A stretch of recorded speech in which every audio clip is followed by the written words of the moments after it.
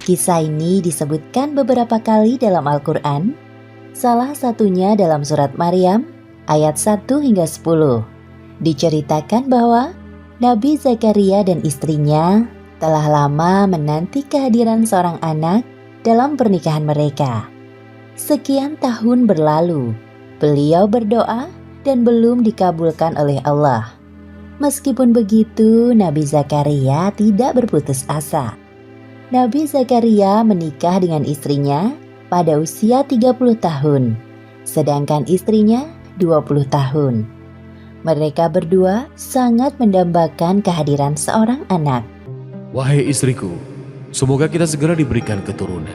Aku sangat mendambakan kehadiran seorang anak dalam kehidupan kita. Aku juga menginginkan hal yang sama, wahai suamiku. Kita harus berdoa dengan khusyuk agar Allah mengabulkan permintaan kita. Semoga Allah mengabulkan doa kita. Amin. Setiap hari, Nabi Zakaria dan istrinya selalu memohon kepada Allah agar diberikan keturunan. Ya Allah, Tuhan Maha Pengasih dan Penyayang, hamba mohon karuniakanlah kami seorang anak dari keturunanku, agar kelak anak itu dapat meneruskan perjuanganku. Sekian tahun menanti, belum ada tanda-tanda sang istri hamil. Ternyata istri Nabi Zakaria adalah seorang mandul, artinya tidak bisa memiliki anak. Aku tidak bisa memiliki seorang anak, wahai suamiku. Sekarang usiaku mulai menua. Bersabarlah wahai istriku, kita harus tetap berdoa kepada Allah. Aku yakin Allah memiliki rencana yang lebih baik dari rencana kita. Iya suamiku, aku akan terus berdoa. Meskipun doanya belum dikabulkan Allah, Nabi Zakaria tidak putus asa. Beliau terus berdoa dan selalu berprasangka baik kepada Allah. Doanya selalu sama, yaitu meminta agar diberikan keturunan. Tahun demi tahun berlalu sangat cepat. Nabi Zakaria dan istrinya menjalani kehidupan dengan penuh kesabaran dan keikhlasan. Meski tenaga untuk beraktivitas semakin menurun, tidak menyurutkan semangat beliau dalam berdakwah kepada kaumnya. Seperti yang disebutkan dalam Al-Quran, surat Maryam ayat 4. Ia berkata, "Ya Tuhanku, sesungguhnya tulangku telah lemah dan kepalaku telah dipenuhi uban, dan aku belum pernah kecewa dalam berdoa kepada Engkau, ya Tuhanku." Nabi Zakaria menguasai banyak bidang keilmuan. Maka dari itu, beliau sangat menginginkan seorang anak untuk mewarisi keilmuan yang dimilikinya. Seperti yang disebutkan dalam Al-Quran, surat Maryam ayat 5 hingga 6. Dan sesungguhnya aku khawatir terhadap mawaliku sepeninggalku, sedang istriku adalah seorang yang mandul. Maka anugerahilah aku dari sisi Engkau seorang putra yang akan mewarisi aku. Nabi Zakaria adalah paman dari Maryam. Istri Nabi Zakaria dan Ibunda Maryam adalah kakak beradik. Ibunda Maryam bernama Hannah, sedangkan ayahnya bernama Imron. Kisah keluarga Imron dijadikan sebagai salah satu nama surat dalam Al-Quran, yaitu surat Ali Imron. Pada saat Maryam masih dalam kandungan, Imron dan Hannah telah bernazar kepada Allah untuk menyerahkan anaknya kelak menjadi orang yang taat kepadanya. Namun, sang ayah yaitu Imron meninggal saat Maryam masih berada dalam kandungan ibunya. Setelah Maryam lahir dan dapat mulai berpikir, Hannah menyerahkan Maryam kecil dalam pengasuhan Nabi Zakaria. Pada suatu hari, Nabi Zakaria menemui Maryam remaja sedang duduk di mihrabnya. Beliau memperhatikan ada banyak makanan di dekat Maryam. Karena penasaran, Nabi Zakaria bertanya kepada Maryam, Wahai Maryam, dari mana kamu memperoleh makanan ini? "Makanan itu dari sisi Allah.